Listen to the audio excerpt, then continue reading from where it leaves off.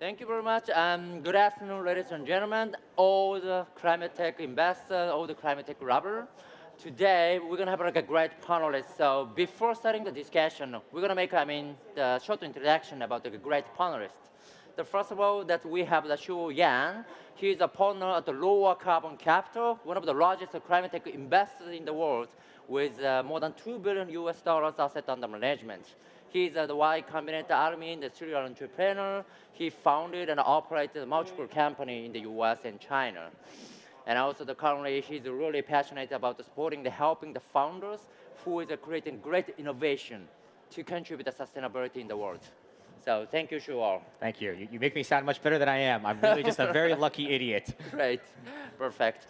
And then we have Susan Su. That she's also the partner at the Toba Capital, the multi-stage venture capital in the US. She's leading a climate tech investment. Also, that she is the one who created the climate investment practice at the Toba Capital. And previously, she was leading the growth team at the Stripe and Google. Now she's focusing on activating the borders about the climate change. So, Susan Su, thank you very much for joining. Thank you. Thank you. And last but not least, we have the Rainer Sternfeld, my colleague, the managing partner at the Nordic Ninja VCs. The most activated Japanese VCs in Europe, focusing on the sustainable transformations. And before joining the Nordic Ninjas, he founded the Planet OS.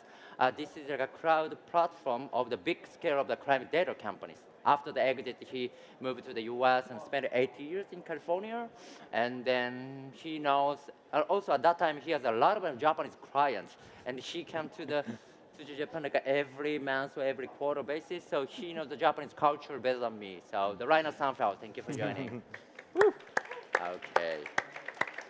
All right, perfect. So we have the panel discussion about the climate tech landscape under the uncertain world. So we wanted to focus like a main topic. The first one, the rise of the climate tech innovations. Yes, I think that after the Japanese Prime Minister declared Japan is aiming to achieve like carbon neutral by 2050, all the Japanese corporate, all the Japanese investors is very crazy for like a climate tech innovations. But I think that's what's a climate tech innovation. So we really wanted to understand what's really happening in this field. So we wanted to talk about this topic, and after that, we discussed a little bit about the geographical comparisons about the climate tech, EU, America, and maybe what kind of like expectation for the Japans. So if you're okay, I wanted to make a first question to all of you. So regarding the rise of the climate tech innovation, what is the kind of a biggest climate tech opportunity that I'd expect to arise in the 2020s. So in terms of your portfolio, in terms of like your the expected field. So if you're okay, so please explain about your opinions for that. So yeah, maybe show.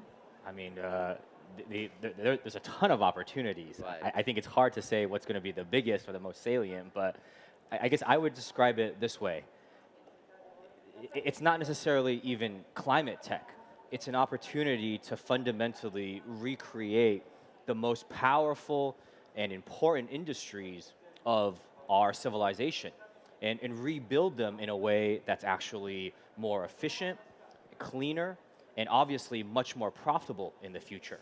And climate might be the fundamental catalyst that kicks this off, but we're talking about recreating our whole world in a new way. And I'm too stupid to say necessarily what opportunity is going to be the best, but we're looking at trillion-dollar opportunities in energy and food and agriculture. And I would say anything that you imagine would be a critical input to our civilization, there's an opportunity there to have a sustainable and climate angle. Yeah, fully understand. Like all the industry should be decarbonized. That's anyway. right. Yes. That's right. That's right. So Maybe Susan. Well, 2020, 2023, I think there's a really huge opportunity to take advantage of the advances that we've seen in technology across the board over the last 10 to 15 years, which includes everything from cloud computing, the advent of massive amounts of data to be collected via cheaply manufactured sensors, machine learning, vertical specific AI. So I think the opportunities are less there are going to be opportunities, as Xiao said, in every single vertical. It's more the way that those are, the way that entrepreneurs go after them is going to be bigger, cheaper, and with greater impact in mind. Okay. Yeah. That makes sense a lot. Yeah. I would start by saying that I think Bill Gates has a very boring one-word answer for this, which is optimization. Yeah. And you kind of hear it for the first time, you're like, what?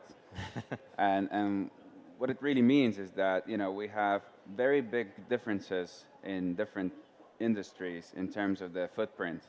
So whether it is energy, whether it's energy consumption, whether it's transportation, or as we call it at Nordic Ninja, moving atoms, which means moving people, moving goods, that has a very large carbon footprint, but also highly inefficient. And that can be said about many, many other essential areas of our lives, whether it's healthcare, whether it's transportation, whether it's energy. Pick anything and you will see that there's a very big difference between the best performing company and the worst performing company, or from a consumer point of view, like there could be 100-fold difference between just individual carbon footprints, just based on where you live, what's your income, what's your consumption pattern. And I think that's, optimization is a good way to summarize this.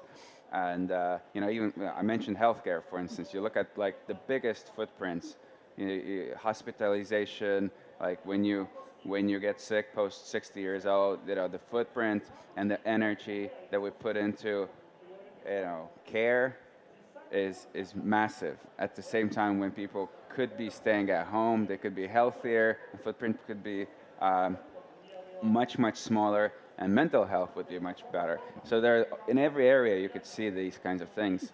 And then there are things that I would say that are not traditionally climate tech. Our own digital kind of services that we have gotten used to are not still distributed across different industries. You have very old analog, paper-based, physical services that could be digitalized. And by doing that, you can reduce the carbon footprint. Just think of all the stuff that you have today in your smartphone that you used to have on your desk. Yeah, that's right. The same kind of transition will happen in sustainability. We'll just go through these. That's right. Well, I think that no one doubt about, the climate tech opportunity. This became like $1 billion opportunity, or maybe the $1 trillion opportunities. And I think that's whether we like or not, and also the climate change is unstoppable.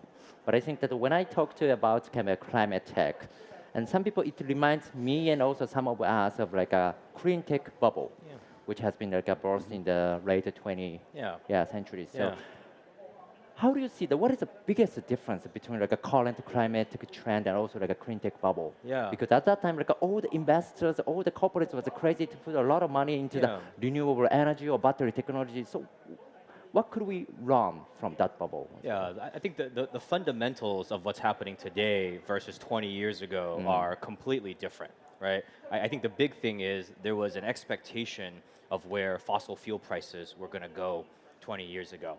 People were seeing the rise of crude, and some people would say we never expect to see oil drop below $100 again. Yeah. And technology actually was the catalyzing force that changed all that stuff. People invented fracking, and then that released a ton of cheap natural gas. And all of a sudden, this underlying assumption about where the price points in markets for energy was going to be was completely blown out of the water. And so a lot of investors made those investments thinking that it was going to be a completely different pricing regime. There's another big part of that too, which was we're trying to support these companies using an infrastructure developed for the software revolution. I don't think people were as sophisticated as we are now about supporting companies in hard tech and hardware and agriculture and all these things. It's like building a ladder by sawing off the rungs of something else and pasting it on there. It's not going to be strong and robust. Versus now, we've had the experience to understand, okay, how do we take world-class PhDs and scientists and transform them into the world-class climate leaders and deep tech company builders of today? And that's a massive difference. Okay. You want to? Yeah. I would say Clean Tech 1.0 was also very much more constrained. So it was a very US-centric phenomenon, maybe touching a couple of countries in Western Europe. It was very energy-centric.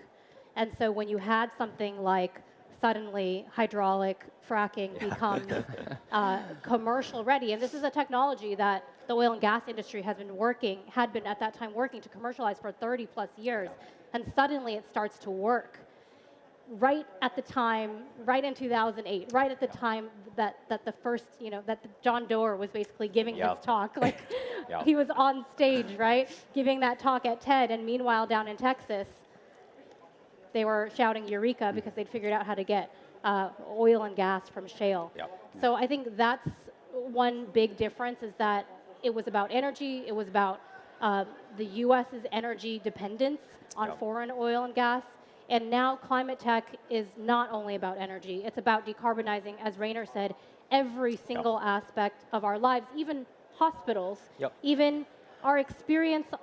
I flew here on Delta, and the way that they changed the packaging for the food is something that I haven't seen ever in my life. Like, it's not just about the emissions from the fuel that the jet is using, but also the materials that they're using on the flight for every single consumer. So there's a massive, massive difference in terms of the inclusiveness that climate tech implies today, which is inclusive of all kinds of different industries, inclusive of all kinds of different geographies, and finally, I'll say inclusive of all kinds of different people. It's not just scientists and engineers anymore.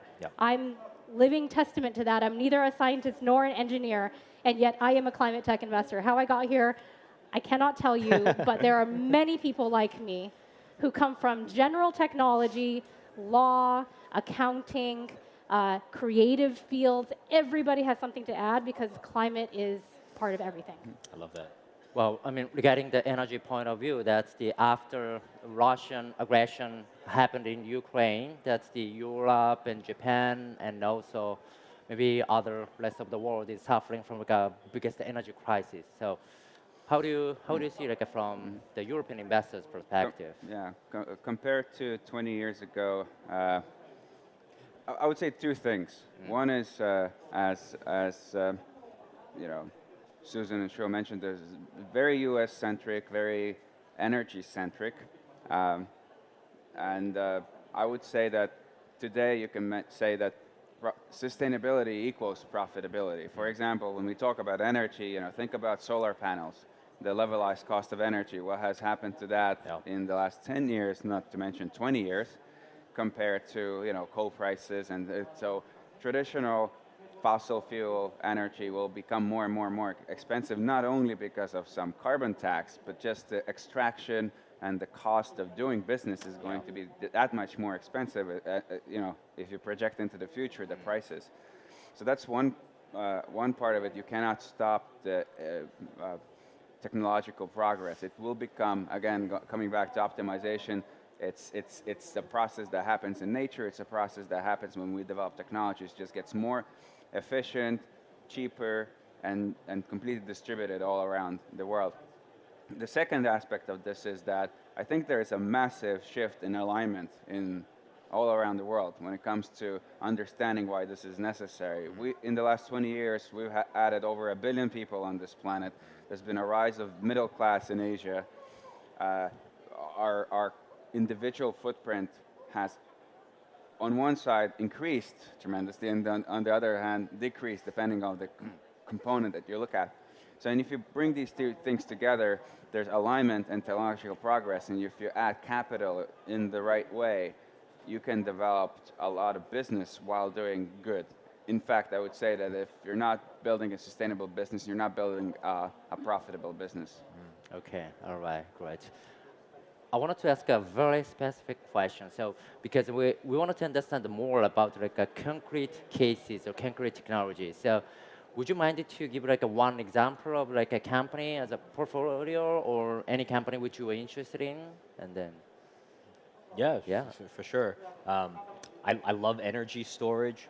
I think it's one of the things that civilization has been missing since the dawn of time. And energy storage has the potential to make renewables from the sun or the wind by far the cheapest energy around the clock. And so specifically, one of our portfolio companies called Antora, they make these ultra cheap, super simple, easy to deploy, multi-day storage batteries that can harness the energy of the sun and the wind and not only provide clean electricity, but also clean industrial heat to the entire market. And now all of a sudden we're opening a paradigm that's never before existed in the history of the world. If you want heat, you burn something. You're burning natural gas, you're burning wood, you're burning coal. Now for the first time you can take cheap unlimited sunlight, store it as heat, and then release it for industrial processes in an absolutely clean way. And it's way cheaper, it's way more efficient. These systems are going to make people a lot of money. That's why I'm excited about this Wow, space. sounds exciting. Yeah. Okay, and Susan? Well, one category that I'm really excited about in general is trash. Trash, okay. Yes, and waste. And it's because climate change is essentially a trash problem at a very, very big scale. We are not closing the loop on our trash. And where humans go, there will be trash. We are basically just trash creating creatures in the universe. And I think there's a lot of opportunity to remake trash because, at least in most developed countries, it's very much a legacy industry dominated by large incumbent players that are feeling the pressure, a lot of publicly traded players that are feeling the pressure from their sources of capital to clean up their act, pun intended. And I think that creates a lot of opportunity for technology players to go in and interact with those large entities and be the innovation providers and sort of coast off of the fact that they already have massive distribution. So I'll give you a couple of examples. These are not portfolio companies, so no plugs here. These are just companies out in the wild. They may or may not one day be portfolio companies, though. There's an Australian company called GoTerra that actually uses a very simple shipping container structure to bring black soldier fly larvae on site to a commercial building. It could be an apartment building, it could be a large shopping mall, it could be an international airport. Those are all examples that they actually work with, so that those facilities can dispose of their organic waste, so all the food waste that they create, right there on site, instead of having to use trucks and logistics and supply chain to ship that food waste, usually to a landfill where it creates massive amounts of methane, which has much more global warming potential than CO2. And so the revolution for GoTerra is the fact that they process it on site instead of shipping it around. Turns out the shipping around of trash is at least half of the cost that most facilities have to pay to get rid of their trash. So this is also a cheaper option. Not only is it more environmentally friendly, but it's cheaper. And turns out that people love getting their picture taken next to the facility. So it's also like a really cool marketing thing. So it's got this like triple win. And it also reduces emissions by over 99% from the food waste that would otherwise be in the landfill. In many landfills, and I'll get to this with my second company, it's estimated that about 40% of the total landfill volume is actually compostable food waste, which is really sad if you think about that. It's just sitting there, it's banana peels, it's leftover takeout that's causing all of these emissions. And they only know that because they've done spot tests. So they'll collect a little bit of trash, examine the sample, what's in it, and come up with that 40% number, which takes me to my second trash-related company that I think is really awesome, called Glacier. All right. And this is a San Francisco-based company that actually creates really smart data and sorting robots to help recycling facilities know what is going through their waste stream. It's actually really hard to know. Remember the spot test? That can't be done very cheaply, that can't be done in real time, and that can't be done at scale.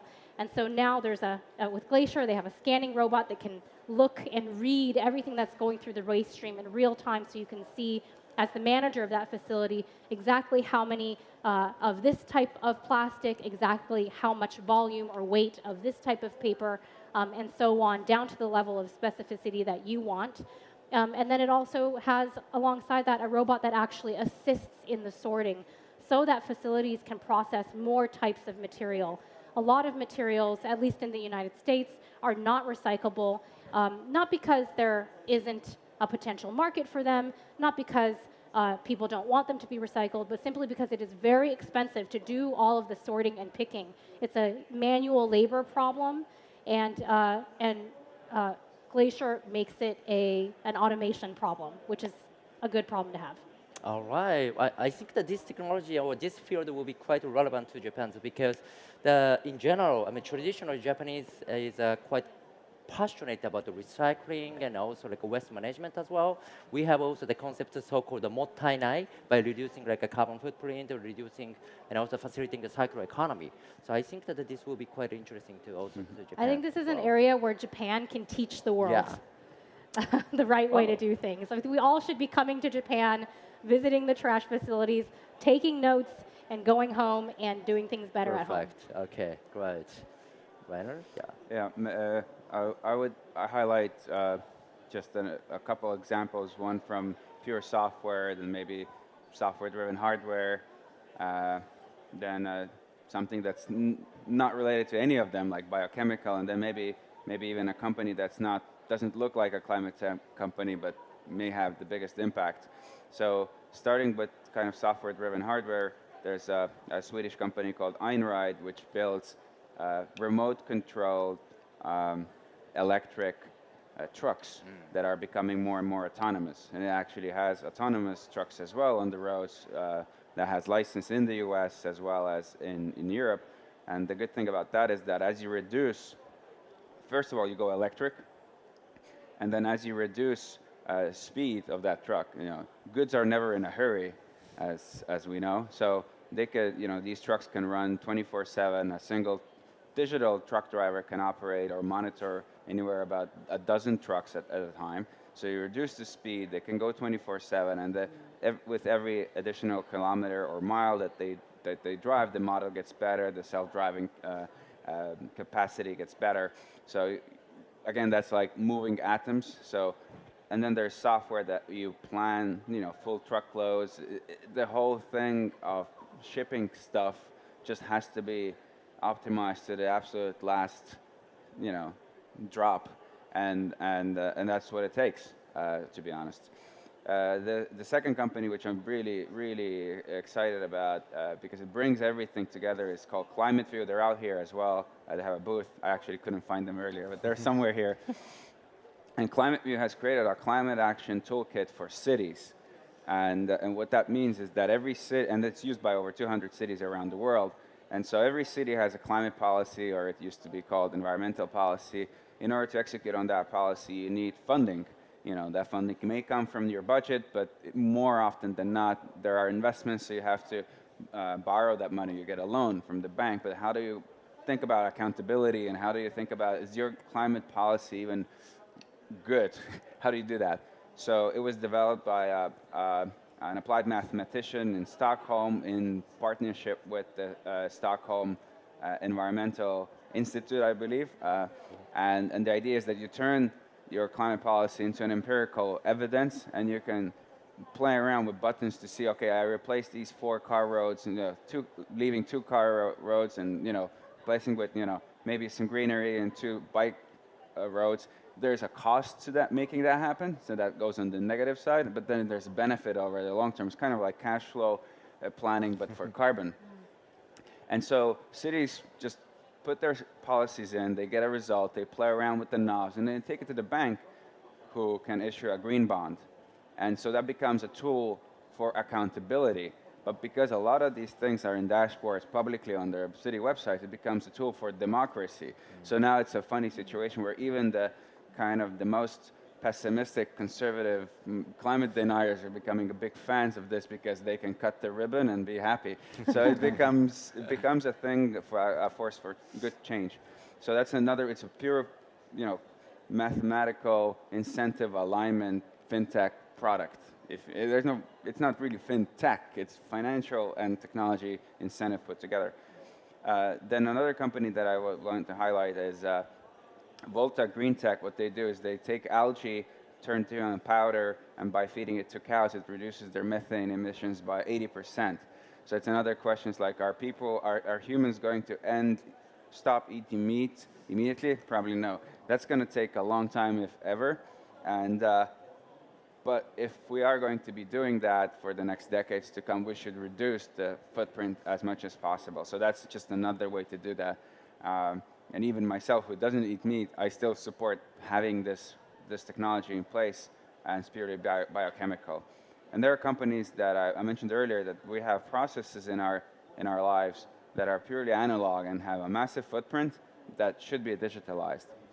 So there's an Estonian company called Verif, which does online ID verification, and it's one of those companies that could be used by every human on the planet without you knowing about it. And the New Yorker used to have this cartoon, nobody on the internet knows you're a dog. That was 96. So this has completely changed, and I have 2 daughters. I don't want them to use stuff that they're not supposed to be using.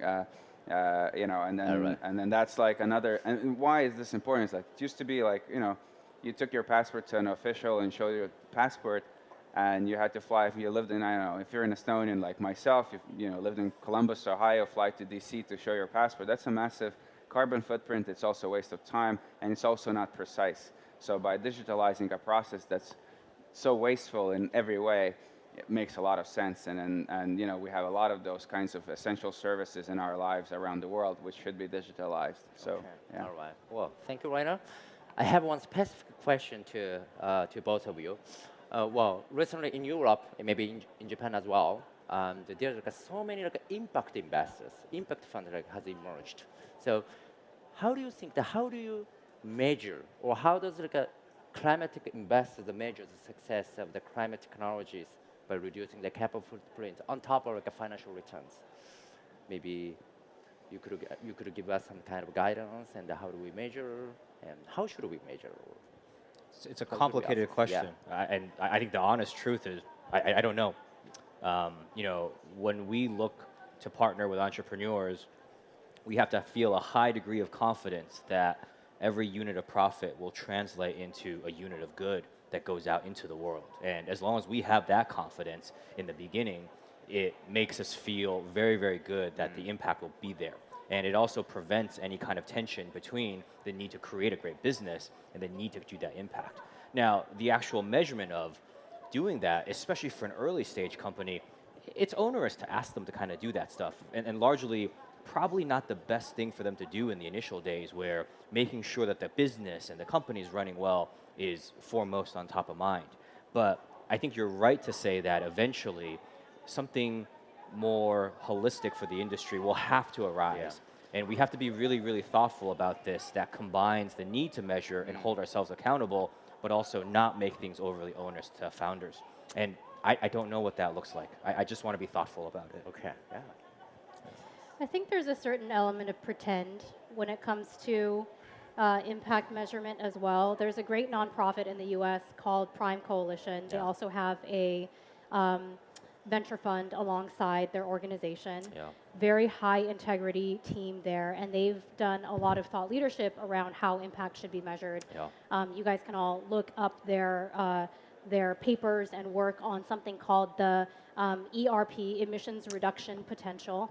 And they spell it out as, okay, it's the bigness of the emissions reduction times also the time that it would take times also the likelihood that that company is actually going to succeed. Now, if you are paying attention to any of that, you start to see big X factors in each one of those buckets. And so you start to realize, how does that equation actually even work? We're basically just playing pretend here. I do think it's really important to keep impact in mind, because that makes the difference between a climate fighting warrior and a climate profiteer. I'll be honest, sometimes I look at deals and I feel like I'm a climate profiteer, and other days I feel like I'm doing something good for the world. So it's really good to be and important to be self-critical and honest about that. But at the end of the day, if we're pretending that we can really know what's the impact of any companies that we invest in, I think that's a little bit of a fallacy, because we ultimately just do not know whether or not they're going to be successful, and that's what venture is. That's just the game. That's true. Yes. Not only the investor, but also a corporate and a government. Everybody are looking for clear answers about the measurement of the climate tech or impact. But I think that maybe we can discuss a little bit more details. Humans are very uncomfortable with uncertainty. That's true. That's true. Okay. All right, so I wanted to move to the next topic, like a most exciting topic about Yeah. Japan. Okay, so Japanese startup ecosystem is like growing massively. I mean, year by year. But honestly, the portion of the climate tech is very small. Honestly, it's kind of like a peanuts. So, in terms of like climate tech, how do you see that's what the world expects from Japan's, and also how do you see what kind of like a role Japan could take for the climate tech innovations from yes European point of view or American point of view? Any honestly answer will be highly welcome to all the Japanese audience. Maybe Yeah, I can start. Excited. I don't know if I wanted to just separately point out to Japan. I think Japan has. I have been in love with Japan since childhood, so maybe I'm biased, but I do think that the Japanese people, they care a lot about the other person's well-being. It's all about like, how do I make sure this other person doesn't have a bad experience? And it expresses in every product. We all know, the high-quality products of Japan. And in terms of software, there is very strong software too. But when we talk about, scalable digital businesses, then here Japan, has to still experience some great success stories globally that are not gaming related, but I mean like some other businesses that we've been talking about. And the best way to do that in Japan is to partner, well, combine their strengths with some other strengths from whether it's Europe or US, it doesn't really matter. So, we all know like great hardware. We have a bunch of startups in our portfolio that require some Japanese hardware, for instance. So there's a partnership, and if both parties can learn from one another, I think that would be really beneficial. And I think, there's this new initiative at Tokyo University to fund university-born companies. It's like a $500 million fund started last year. It's in the early development stage. You may have, a mature Series A ecosystem by European standards maybe in 5 years' time. Who knows? But I already see signals of that. And it's usually the way it works is that you have, in Europe we have like, the Skype mafia or, Klarna mafia, whatever. And so you have like these clusters of communities and friends and engineers and all that is going to, and capital markets. And I think that will happen also in Japan. But the way it can be accelerated is by venturing outside and working together with other countries and other regions of the world. Great. I don't know too much about Japan, so I mean, I think the high-level answer is I just don't know. But here's what I am confident in. One, Japan is filled with millions of amazing people. I believe there's the potential for numerous amazing entrepreneurs to rise up and create this kind of positive change. I think the second thing, and I echo what Rainier said, is I grew up, raised by cartoons after school. I used to rush home and watch Sailor Moon, and Tuxedo Mask was my hero for so long, and then Pokemon, and then I watched Naruto and Initial D and all these kinds of things. For what is on paper a small island nation, you guys have a massive impact on people and how they feel all over the world through great storytelling and art and culture and media. My first connection with being a warrior fighting for climate was playing Final Fantasy VII, this is an opportunity I think that perhaps the Japanese ecosystem can give and teach the world about inspiring this next generation of entrepreneurs. Because I think, frankly, the world has done a poor job talking about climate. We always talk about it from the perspective of the world is going to end and there's no hope. And we've really let the younger generations down. We should be leading with thoughtful optimism and helping ensure that everyone wants to join in on this fight. And you guys are great at telling that story. Wow. Okay. Wow. Great suggestion and strong word. Yeah.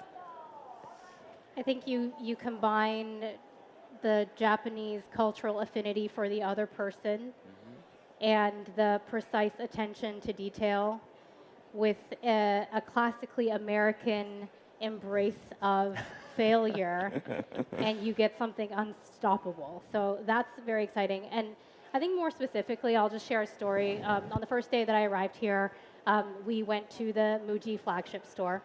And I was Oh, telling really? Xiao this Okay. earlier. I heard more Chinese than Japanese. We're both Chinese, Yeah, so yeah. I know what Chinese sounds like. Cantonese, Mandarin, all kinds of Chinese.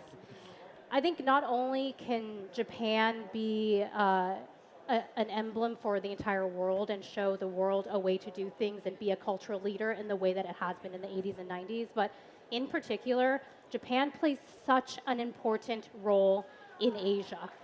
Japan is so culturally influential in Korea Yeah.